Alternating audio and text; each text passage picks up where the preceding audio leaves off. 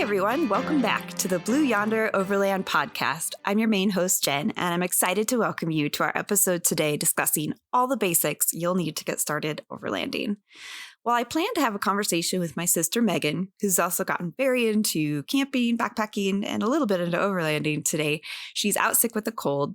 So instead, I've enlisted the help of my husband, Matt, to discuss all these topics with us. If you have any further follow-up questions or you want to see some of the behind-the-scenes photos and links that we talk about, those will all be available on our website, blueyonder-adventures.com, or our Blue Yonder Adventures Instagram handle.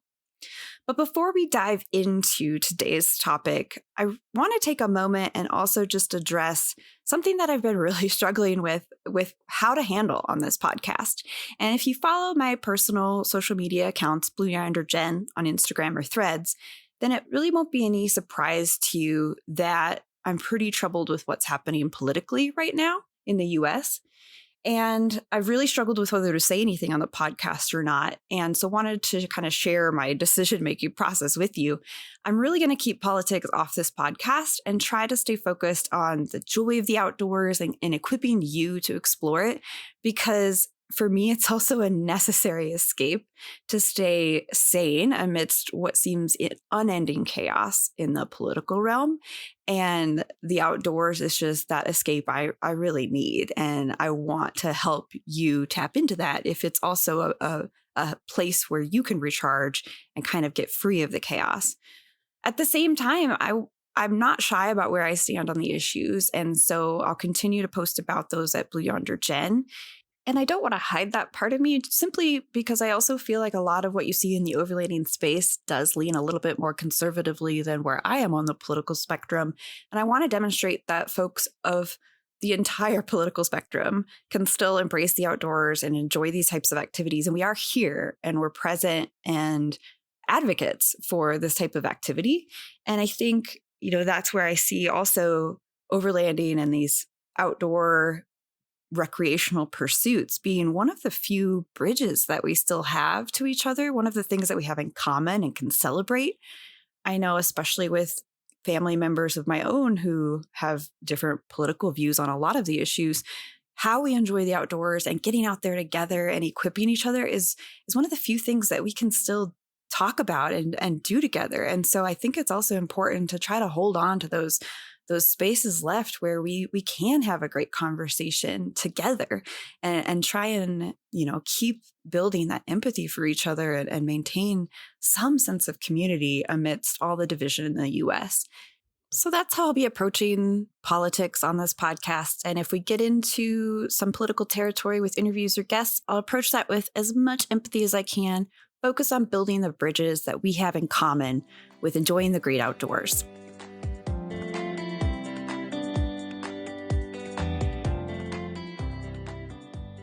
Okay, let's get this show on the road. Thanks for joining me, Matt. Yeah, absolutely. Got to be here. So today our topic is everything that you need to take with you on your first overlanding trip. And I think the most helpful way to break it down is for me to just think about it in terms of how we kind of think about packing up to go. So vehicle. There's so much we could say about vehicle and vehicle platforms that we're going to save most of that to a later episode.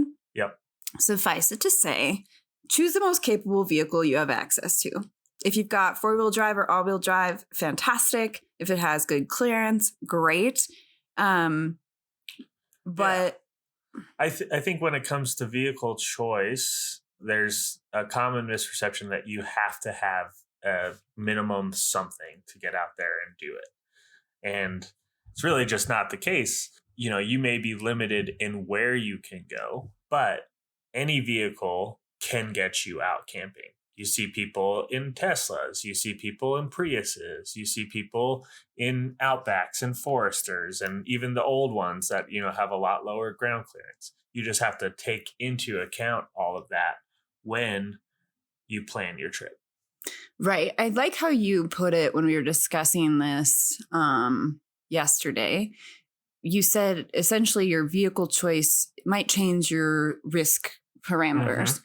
So if you're taking a less capable vehicle, then you might want to think about the things that you bring with to kind of help you recover or help you mitigate some situations. Whereas if you're bringing a much more capable vehicle, you may not need to be as concerned about the other items that you bring with. Yeah. It just sort of opens up additional roads, but it also increases the likelihood that you will not need any sort of extra recovery gear. Yeah. Yeah. Say, for example, you've got a Tacoma and you're going out on standard forest roads versus a Prius. In the case of the Tacoma, I would say we've seen some Priuses in pretty unlikely situations. That is true. Maybe places where some Prius owners have a very high risk tolerance. That's true. And that's not to say that what they did was wrong. I tend to come from my background as a pretty risk adverse person, and when I do see a potential risk, I look to mitigate that risk. And so, if I was going out, say, with a 2-wheel drive vehicle, even on a standard forest road, because even though 99% of that could be good, it's that little 1% of, okay, I pulled off to where we're going to camp and there was a little muddy spot. Now I'm stuck. Little stuff like that, where if I was in a Tacoma, I wouldn't be worried. If I was in a 2-wheel drive, I might be worried. And so I'd add, recovery boards to that equation earlier in sort of my gear up. Okay, so I think that naturally leads us into what sort of vehicle repair or recovery items are most important to have with you. What would you put at the top of your list? Yeah, at the top of the list, it's being able to inflate and deflate your tires as well as repair them if they get a flat. Okay. So what that looks like, starting on the tire side, it might look like a full-size spare. If you are driving a vehicle, though, that has just a donut, there are some good options out there. And this is actually, even if you have a full-size spare, I carry around something like this. But a tire repair kit, something like Glue Tread, that allows you to either use a bacon strip to take a puncture that's in the tread or to do some sidewall. Not a literal bacon strip, just for our listeners. Yes. I don't actually know what the correct term is. I've always called them a bacon strip. Okay, but it's part of a tire repair kit. Yes, a tire repair kit, a air compressor. You'll see if you're doing research, you'll see one from ARB come up. I have a much smaller, cheaper solution. Just hooks up to the battery, the car battery, the car battery, and has worked great. I've had it, 15 years, and it's been awesome. That, and then many different tire deflation tools out there. I wouldn't say you absolutely need to have a deflation tool, but they're 20 something bucks, and they do make the speed of that much quicker. For somebody who's brand new to overlanding, though, can you explain why you even need to think about tire deflation and inflation? Absolutely. So there's really two key things around deflating your tires when you're going off-road. One is about traction. So if you do get stuck and you haven't deflated, or you've only deflated a little bit, let's take your vehicle is running about 35 PSI while you're out on the highway, and you bring it down to, say, 28 when you get off-road. You could go down even to 14 if you get stuck and get that extra traction. But the other one is just general mechanics of your vehicle. So, there's a lot more vibration, particularly on washboards, stuff like that. By deflating your tires a little bit whenever you go off-road, you'll end up just really helping your vehicle stay put together better, longer. So you're dampening out a lot of that high frequency vibration, which causes things to sort of vibrate loose or just make noise in general. Yeah, it's also a much more comfortable ride. So aside from being kinder to your vehicle to air down on some of those rougher roads, it's also going to provide you with a much more smooth ride. Yes. Which is helpful. And this is something we struggle with all the time. Well, be sometimes in a rush to find a spot or whatever. And I'll be like, I don't need to air down. It's fine. And then we end up driving on washboard roads for 30 minutes and realizing, okay, we should have just deflated. Yeah, should have deflated from the very beginning. I think the best example of that is we found some awesome spots out by Mount Rainier, but oh my goodness, the road leading to them was so washboarded. And so I think we were doing it the first time without airing down. And then the second time on that road, we learned our lesson and just aired down at the very beginning. And it was much more pleasant ride. Yeah. And that was a case where we were driving about an hour and a half on a gravel roads, which forest really road. makes it worth it. Yeah. So tires. Okay. And then I think the other important thing is some way of being able to restart your car completely independently of anyone else. So basically a battery powered jump kit. Yep. Yeah. On the subject of being able to start your vehicle, there's many different things that can cause your battery to die. Being stuck there, the likelihood of someone driving by with jumper cables is low. So we have like in every car we have a NOCO jump kit that's sized for the vehicle that it's in. And it makes a huge difference just in general security. It's also really nice if you do run into somebody who needs a jump, rather than having to line your vehicle up and do all the fun mechanics of jumping, just being able to hand them your jump tool and go from there is pretty great. That's really nice. Yeah, flexibility. I think that's a lot of the stuff that we're talking about in this vehicle repair or recovery section. Is it also just provides you peace of mind and a backup. We're constantly thinking about how we reduce our risk, but also if the worst thing happens, like, could we get ourselves out of this situation? Yep. So on that note, I think that leads us to the last piece of equipment that I would definitely highlight as getting sooner rather than later, and that would be recovery boards. And Matt, you've tried out a few different kinds, and I think you've pretty well settled on the leading board is MaxTrax. Yep. Yeah, I tried a few on recovery boards. I tried a few sort of off-brand solutions. In both cases, they either broke or just had terrible actual traction to them, so the wheel just spun. Shifting to MaxTrax, we've now had 4 MaxTrax, used them in multiple cases, and they just do a really good job. The shape of them, the tread pattern, the plastic that they use holds up. It doesn't break, particularly if you are leaving them attached externally. The UV resistance, that's what got one of my first sets, was they just became brittle sitting out on top of the truck. So yeah, definitely, there's a few big brands out there. MaxTrax, one of them. I'm drawing a blank on the other one. I think it's called Tread. But it's not a place to skimp, particularly because these are sort of your, oh crap, get me out of trouble things. That's a good way of putting it.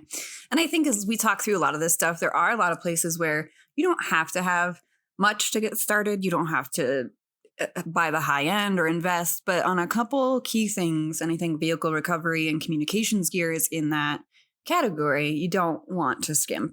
Those are the things that are potentially going to save your life. Yep, 100%. So let's go from then vehicle recovery into sort of the communications or navigation equipment. I mentioned on our last episode about finding campsites, the importance of being able to download offline maps, because you just never know what kind of service or connection you're going to have on Forest Service roads. So we would do that ahead of time, but then we would generally have some sort of satellite GPS connection available to us. And there's a variety of different ways you could go with this. We've used Garmin InReach as both a GPS and backup communication device. We also last year... we shifted to bivy sticks. Bivy sticks, yep. And I've used those backpacking as well. Yep. And it's kind of the same concept where you can essentially set up some contacts ahead of time, like emergency contacts to reach, but you can also send a text and get a weather report for your GPS location. Yeah, this is another place where carrying something small, something relatively affordable, is just there as your, in case of, sort of your oh crap moment. Something is wrong, the car won't start, or just peace of mind if you're going out on a solo trip and you want to text someone in your family, hey, I've stopped for the night, here's where I'm at. It helps everybody with peace of mind. Helps. It's just generally a useful tool. And now, even with the advent of some of this coming into cell phones, I think we're still going to carry our bivy stick, just because I, haven't had a chance to use the SOS feature or the satellite texting feature enough to trust it from an iPhone. And I think it's always nice to just have a second backup option available for some of these things where it's the difference between it working and not could actually save your life. So why not have that second layer of backup? Is just makes sense. Yeah, 100%. And yeah, even peace of mind. We had a situation where we were camping on forest roads around Crater Lake, Oregon, in the national forest there. And we'd been trying to escape wildfire season in Oregon and Washington. And we knew that area, it didn't look like there was any active fires. And so we were exploring this network of roads, trying to find a spot for the night. Ended up eventually finding a spot that would work. It wasn't, A+ spot, but it was pretty nice. Yeah. And we kind of get all settled in. We've cooked dinner, settling into the rooftop tent when the wind shifted in the evening, and suddenly we could smell smoke, which really alarmed me because I figured if we were smelling it, the fire was maybe a little closer than I would be comfortable with. And though there hadn't been any active alerts for this area when we had set out and when we still had cell service, I was uncomfortable enough, especially with the wind shifting, that I wanted to double check. And so I forget whether we had the InReach or the bivy stick at that point. Yeah, we had a bivy stick, and we texted my sister saying, hey, here's where we're at, which is really easy because the bivy stick can send GPS coordinates with it. Can you take a look? Is there a new fire in the area? Has the wind changed direction in such a way that, we're in line with anything? And my sister, who does a lot of this same activity, was able to sort of look at the different information online and give us the thumbs up, like, hey, you're fine. Just an overnight spot. You're not going to have any issues. There's no new fires being reported, nothing like that. And so we were able to then sleep more comfortably. Yeah. Knowing that. Yeah. And then at that point, it just became a question of whether the smoke level was okay for us to tolerate in terms of breathing. And we had masks along. And so there was some mitigations that we could take, but it became more of a question then of comfort level versus safety. Yep. Which was nice. Yep. Okay. So just to quickly recap before we move on. Yeah, when it comes to the vehicle recovery and the communications piece, the things that we would recommend you start with are, and I'm going to give them in order of sort of priority. 1, a tire repair kit and inflation tool, a set of recovery boards, a charger or a battery pack that can start your vehicle if the battery dies, and then communication gear, something like a Garmin InReach or bivy stick. Okay, awesome. So you've kind of got your basic safety and vehicle repair recovery gear with you. And then as we're packing up, then my mind starts to turn to, okay, where are we going to sleep? What's that going to look like? What are we going to eat? Are we going to have water? Some of those basic human needs before we also get to the comfort items. So let's dive into sleeping. Okay. And like I mentioned, we're going to talk all about vehicle platforms and strategies and trade-offs you might want to consider later. But just in terms of sleeping, you're going to need, if you've got the ability to sleep in your vehicle, that's one thing. Maybe you've got a rooftop tent or a tow-behind trailer, or maybe you're bringing a ground tent with you if you're getting started. I know Matt has had experience doing that with some friends. But obviously somewhere to sleep, and then some sort of padding, mattress pad or, mattress or inflatable mattress, and sleeping bags or bedding. Yep. Sleeping and sleeping comfortably. Yeah. Right. Are sort of the key things. There's not a lot of purpose in getting out there if it's going to be just totally miserable and uncomfortable and start your week more tired from the trip than recovered. And so when it comes to sleeping comfortably and securely, I think a lot of this depends on where you plan on going and what you're planning on doing. So if you are going to start and hit the campgrounds and stuff like that, which is how I got my start, there you're going to have a level pad site. It's going to usually be cleared and of big rocks and stuff like that. So a ground tent is a perfectly good solution. Well, and even if you're going to some of the easier overlanding sites, what you're doing is probably finding the slightly more accessible roads where it may be clear, like established, dispersed spots where other people have camped before. And oftentimes you are going to find then that they might already have a fire ring and a like sort of a tent pad area, or a level area, I guess I should say, More for level, either yeah. for your vehicle or for a tent. So yeah, you can definitely do it with just a tent. Or I know both of our sisters got their start just sort of sleeping in their car, making a bed in the back if your car is big enough to accommodate that. So that's something to consider as well. I very quickly went with a rooftop tent. That was really because of the size of the Forester and that. But yeah, if you're doing dispersed camping, I personally prefer the sleeping in vehicle or a rooftop tent thing, just because of that level ground issue and difficulty necessarily finding that. Mhm. And it's a very quick way to expand. But certainly, yeah, just having something, enough padding to be comfortable, enough warmth to be warm. So in your sleeping bag or blankets or anything like that.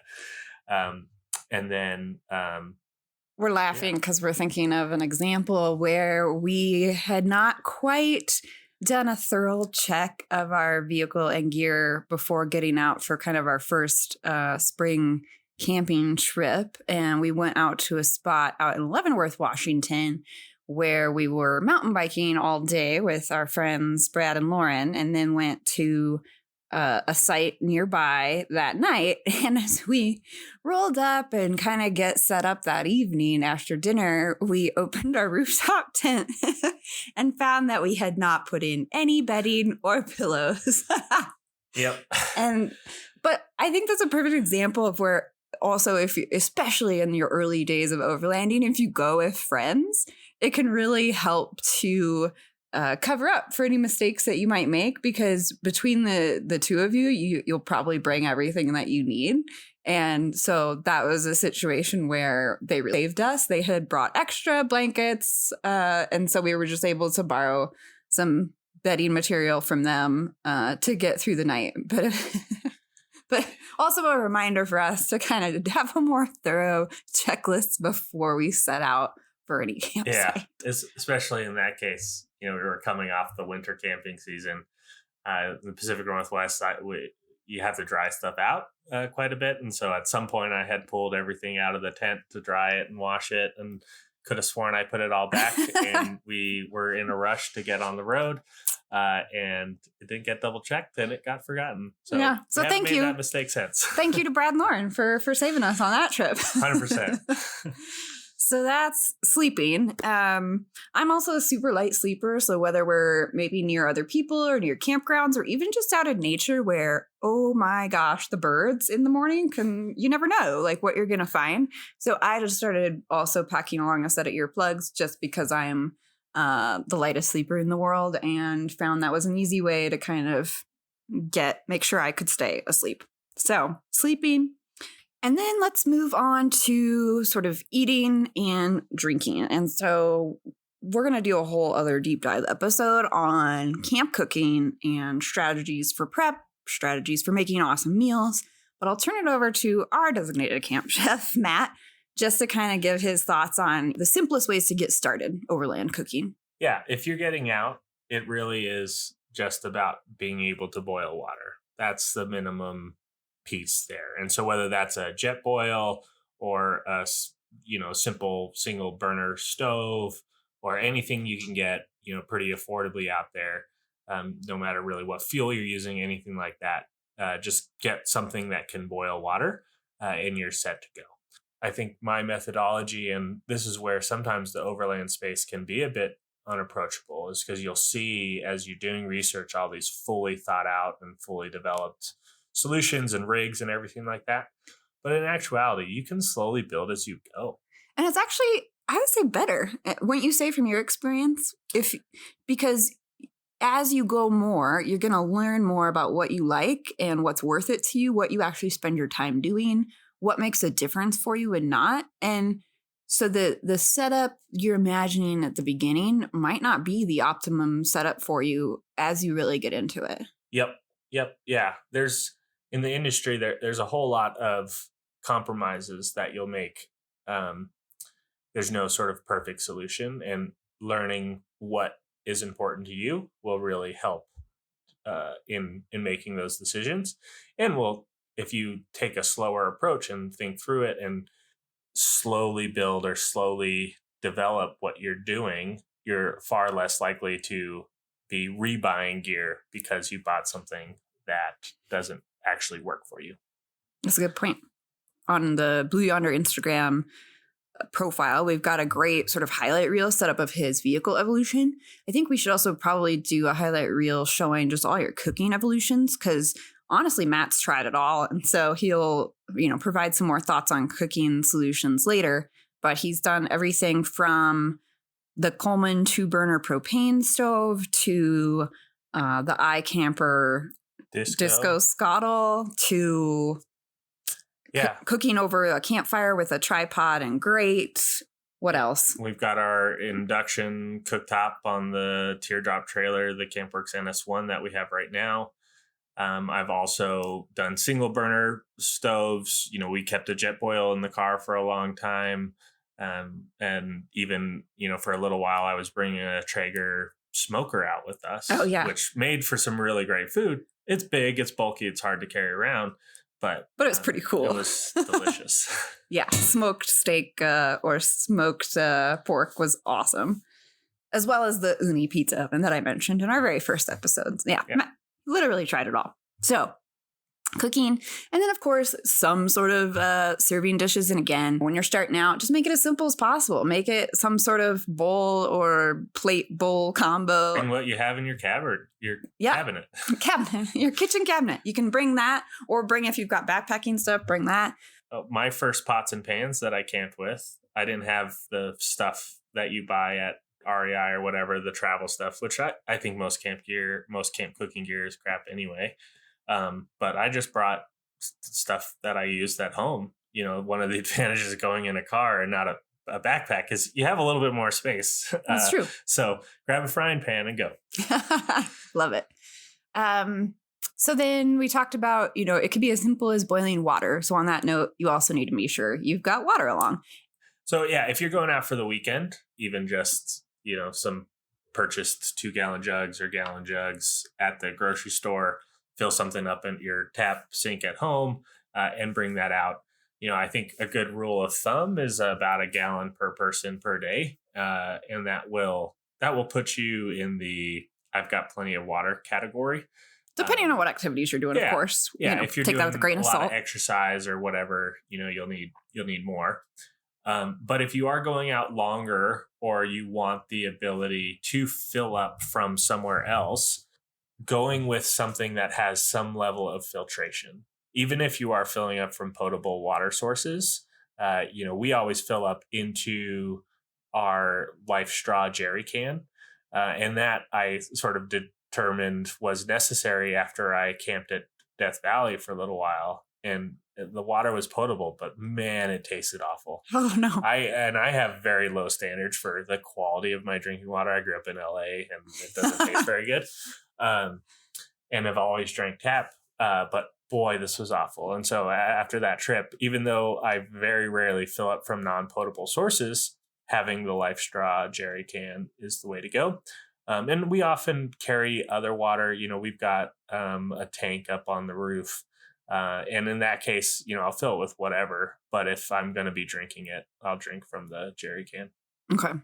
Yeah, it's nice to have additional backups or a way to filter non-potable water. I think that's one of the maybe easiest and earliest investments you can make. And if you already have gotten into camping like backpacking, you might already also have some of those solutions, even if they're fairly small, with you. But kind of like we were saying with the communications and recovery gear, I always like to think of having multiple layers of backup. So like, say you do go through all the water you were out with, you have another way of getting drinkable water if you're not near a source or if you're stuck or whatever. Yeah. And like you mentioned, the kind of shower solution, obviously if you're just going out for a weekend, we don't really worry about it that much. But Matt does have I believe it's 10-gallon tank that attaches to his roof rack. Yeah, I think it's 7. 7 gallons. Yeah. So he'll usually have that filled, and it's just a solar powered heating solution, so it never gets that warm. But in the summer, it could be a nice quick rinse off. But it's also a nice peace of mind to know that you've got an extra 7 gallons there of water that we could filter through the Life Straw jerry can in a pinch. Yep.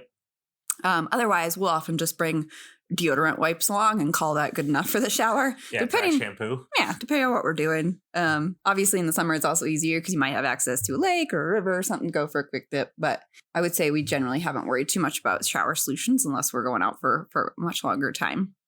Let's see. So we've talked about food, comfort, vehicle. Eating. So drinking. Really it comes down to, I think, just generally your camp setup at this point. Yeah. Bathroom is something we haven't discussed. Yes. The number 2s and number 1s of it all.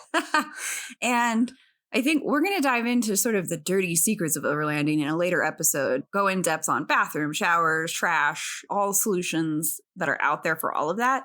A lot of times, if you're looking at the guidelines and rules, policies on use, especially for like U.S. Forest Service land, they'll say you need to bury human waste in a cat hole 6 to 8 inches deep or pack it out.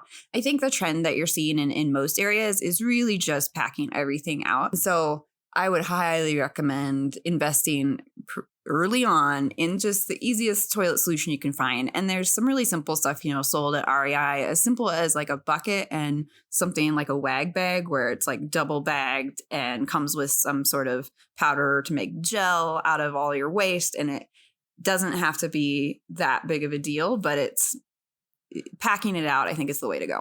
Yep, 100% agree with that. One of the things to factor into all this is all these spots, they're getting used by a lot of people. So even if everyone decides to use the 6-inch berry, it's just very quickly going to be gross. And there's only, in a general area, there's only a few areas that are private enough to go to the bathroom anyway. Right. So those areas are going to get extra traction. And that's where you might want to eventually add some sort of small pop-up tent to go with your bathroom, your toilet situation, or something like a Julka that they make a great little add-on that we've attached to our rooftop tent, which makes essentially either a shower stall or you could use it as a bathroom stall, but just a kind of a privacy stall for changing bathrooms, whatever. That's a nice other solution. Yep. But I think that, and then at that point, we're really crossing over then into sort of camp comfort items. And there's a lot of different things you can mention for this. I think the biggest ones for us is some way of having a campfire and being able to sit around and enjoy that campfire. And you'll find fire rings and fire policies on National Forest websites, whether they're allowed or not and what to use and restrictions on firewood. But with all of the wildfire seasons just expanding in length, we found it easiest to just pack along a propane fire pit. It's the easiest, and you'll always be able to use it. We know we can have it. Yeah, we've really gone that direction. We very rarely do wood fires now. Even when we do wood fires, I never use the established pits. We have a Snow Peak collapsible fire pit for wood. I like the ability to not have the impact, not leave the unburnt wood, not ashes and all that stuff, be able to really minimize my impact and leave no trace. And so when we do a wood pit, we have that Snow Peak. But like Jen said, most of the time we're using propane just because it's easier. It's more convenient for us. We get to turn it on and off exactly when we need it. I personally love morning fires, but I would never start a wood fire in the morning. That's a good point. And so having that makes it easy to quickly pack up too. Yeah. And then fire bands and everything.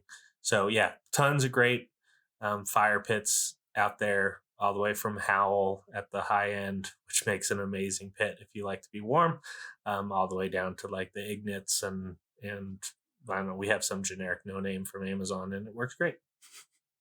So then I think about things to help us enjoy sitting around the fire. So some sort of camp chair. And again, you can go from simple like collapsible backpacking chairs, all the way up to La Creme de la Creme, which Matt has diligently looked for REI sales to be able to find 2 of these chairs, I think over a 2-year span. Yep. But eventually the anniversary sale each year I bought one.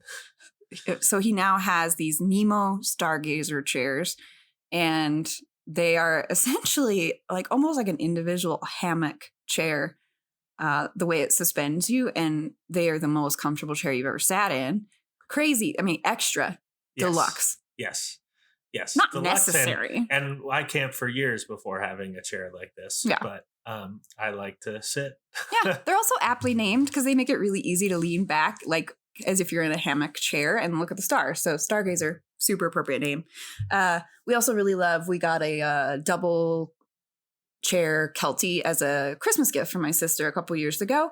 And it takes up a little more space, but especially for overlanding, when you have that space, it sets up so quickly and easily. And so that's our favorite chair to just set up quickly at night for the campfire or maybe in the morning, and really easy to pack up. And they also, fun fact, make a little 3-seat version, and they make one that's a little bit lower to the ground. So the friends that we go camping most often with, that we mentioned earlier, Brad and Lauren, got this seat in a 3-seater lower to the ground so that their dog could sit between them. And it's adorable. Yes. So fire seating. We also usually will bring some sort of blanket, often with some sort of waterproofing, which then in a pinch could be used as like a rain poncho or just another way to keep warm, or another blanket. And our favorite here, which is also probably the more expensive option, is a Mambe, Mambe. Matt discovered these, I think, as a gift for his mom. Is that right? Well, a coworker, Susan Hoffey, told me about them. She watches a lot of her son's baseball games in the Pacific Northwest. Yep. So that was where I discovered it. And after realizing, I mean, it's basically a really nice polar fleece interior with a waterproof exterior. It has a hood. Made up in Washington. They're amazing. They don't pack down that small, but it's worth the space. And Jen uses it literally all the time. You know, even those summer nights, they get a little bit cold around the campfire, and just being able to throw this warm, furry cape around you. They're also, whenever we take friends or family out with us and introduce them to us, it's like a game-changing moment, because it just allows you to actually enjoy being outside later into the night. Even if you think you might get cold, you've got this warm Mambe wrapped around you. It's my favorite thing. Yeah. If I was going to have one thing along. And then, of course, thinking through any sort of activities or seasonal mitigations you might want along. So Matt is somehow the most attractive thing in the world to bugs. So mosquitoes always find Matt, not me. So we always make sure in the summer to bring some citronella candles or any sort of devices that you could possibly think of that might deflect bugs away from Matt. We try to pack. I'd love to say we have a perfect solution for this yet, but we don't. All the products out there work okay. And so just pick one and go. Well, pick more than one, probably. Pick more than one and go. We also often will bring bikes along, which is fun not only as a potential activity to do in the area if you gravel bike or mountain bike, but also I think gives me even an extra layer of peace of mind, just that it's a way of transport. Like if we really did break down, one of us could ride the bike for help or for more gas or whatever we needed. Yeah. So. I mean, we at a few occasions have sort of recovered other people as we came by. And I remember one, they must have walked a good 4 miles to where we met them. Yeah. Because once we sort of, they flagged us down and we pulled over and asked, hey, what's going on? They're like, oh, we're having problems with our vehicle. Can you help us out? And we ended up driving back a good 4 miles to pick until we ended up towing them out. Yeah. So a bike's not the worst thing in the world to have on hand as just not only a fun activity, but also a potential backup for getting help faster. Yeah, because the reason they were walking is they were walking to get cell coverage. Yes, that's right. I assume they knew, but they were a good 10 miles still to go to get cell coverage. Right. So, yeah. And that's the other sort of nice thing to mention with all of this is just the more prepared you are, and the more self-sufficient you are, the more, extra you bring along in terms of water, recovery gear, communications gear, then not only do you have more of that just peace of mind and can just really relax, but it also gives you the ability to help people. And I would say that's something we found within the overlanding community and being out on these Forest Service roads is there usually we've encountered a really good mindset of always just stopping to help if you see somebody pulled over or indicating that they might be stuck or having issues. Like, we always like to lean into that sort of good neighbor ethos and check and see if there's a way we can help. And the more prepared we are, the more we can do that. Yep. And I would say just generally the community is also that way. I think the overlanding community feels sort of rough and gruff, and I don't know, a lot of other words. But you will almost, even if you're just pulling over the road to air down and someone rolls by you, they'll give you the, hey, you all good question or look. So everyone's willing to help. I think, we've recovered ourselves a couple times, but we've been able to recover other people far more. Yeah. And I think maybe that's the last thing to mention too, is just the mindset of kind of problem solving. And if anything does arise that's unexpected or that you didn't bring the gear for, or not quite sure how to encounter, just bringing with you that mindset of being willing to be creative and problem solve on the road. And I think this, oddly, is one of my favorite things about overlanding is just no matter what the issue is, if we can figure out a fun way of making it easier for ourselves or more convenient or more comfortable while we're at camp, it's something I think both of us really enjoy, is thinking through like, ooh, if we just brought a magnet, we could hook this thing here to the outer part of the truck cab, and then we'd have, this setup. It's just kind of fun to think through how to optimize in a creative way, and whether it's simply optimizing for comfort or actually finding a solution. Yeah, it's optimizing for comfort. It's optimizing for convenience, and speed of setup and speed of teardown and all these. And they're just fun problems to solve. Yeah. And I think that also goes back to what we mentioned with the more you go, the more you'll learn. And so not only will your approach change, your gear needs might change. And so thinking through what's the simplest, easiest way to get started is what I'd recommend. And then as you go more, like Matt mentioned, you'll learn about what's important to you, the trade-offs that you're comfortable making, and then you can slowly start building out your setup.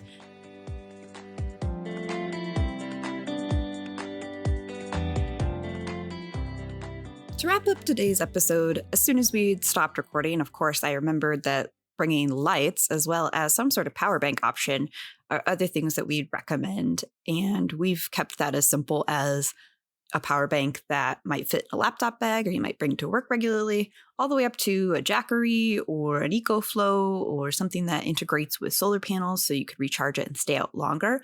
But of course, if you're just getting started, a sample battery pack where you can ensure your phones and communication devices stay charged overnight is really the main thing.